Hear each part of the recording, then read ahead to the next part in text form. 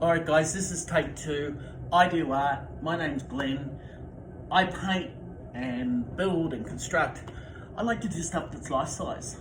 I've got pretty much a 2 meter square canvas on the wall. It's not exact. It's already got 4 base coats of gesso. Now, gesso is a product that I'm buying now instead of making to help me better prepare canvases.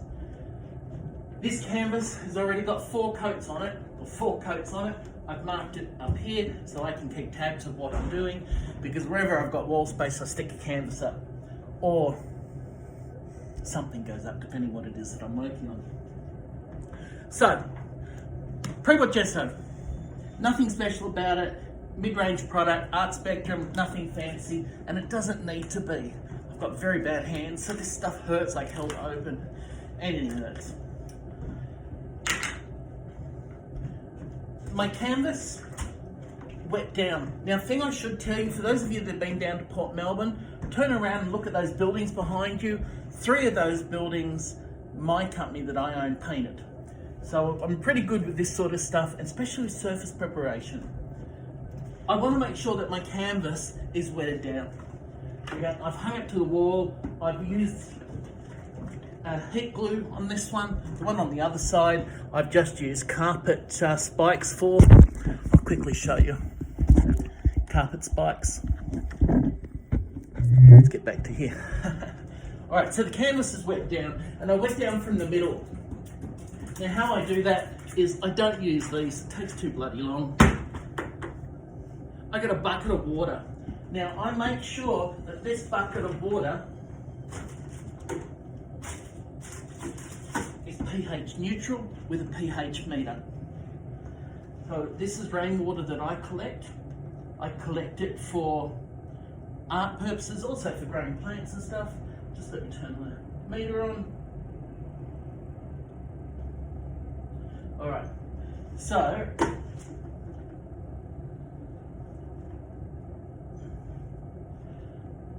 8.7. That means my water is slightly alkaline. So I'm going to add some pH down to it, just a little bit. And then I'll measure again. Give it a stir and I'll measure again. I want it to be around 7. That way it's not going to react with my paints. And the paints will perform the way that I expect them to perform. And that's the important thing. So I've got a cloth into my bucket. There's nothing pretty about this. And like this, so whenever you paint a surface, prepare a surface, I think that's the door about to slam. Oh, whenever you prepare a surface, paint a wall. If you're gonna roll paint onto the wall, you always start in the middle. You start in the middle and then you spread your paint out.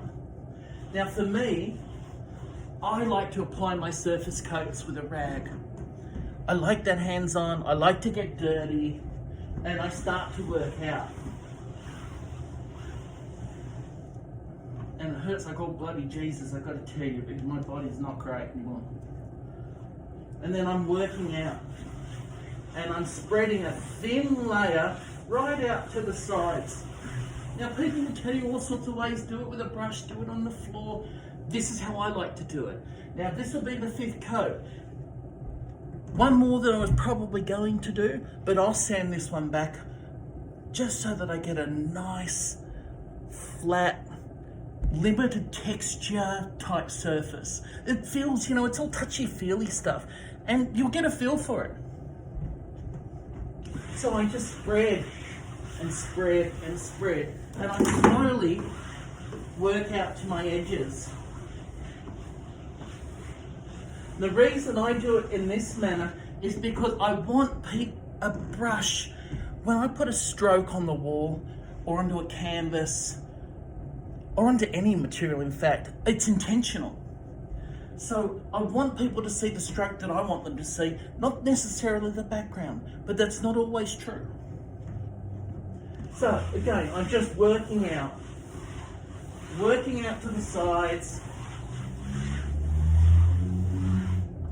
When I need to, I'll go back and wet my sponge again. put some more gesso on and spread out more. I love the smell of it. I'm already getting some onto the floor. Nothing better than Bond socks for that.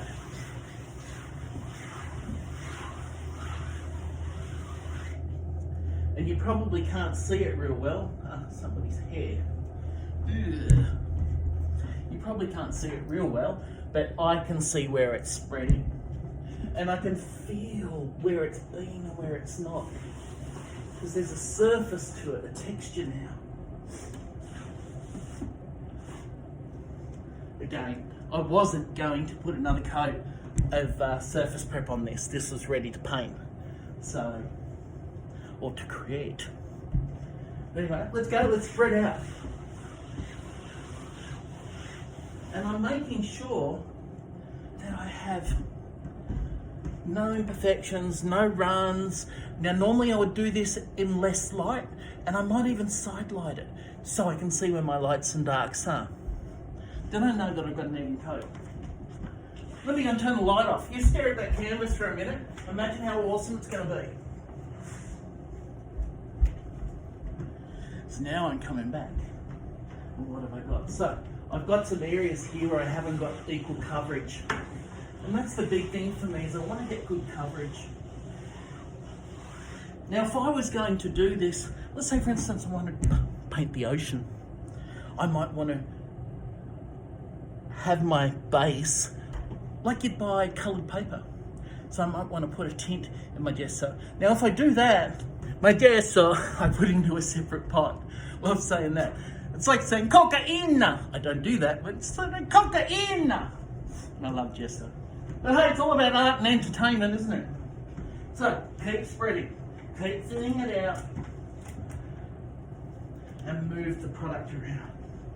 And then what you're going to get is you're going to get an awesomely prepared surface.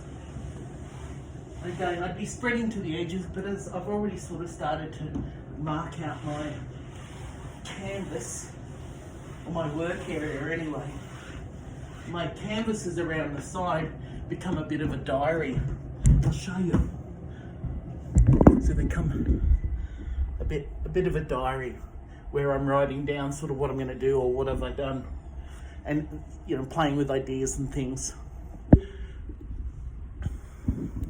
So anyway, that's me. That's how you prepare a canvas, and I'm happy to talk to you about it at any time. Love to you guys. That's my 5th coat. Wait till you see it.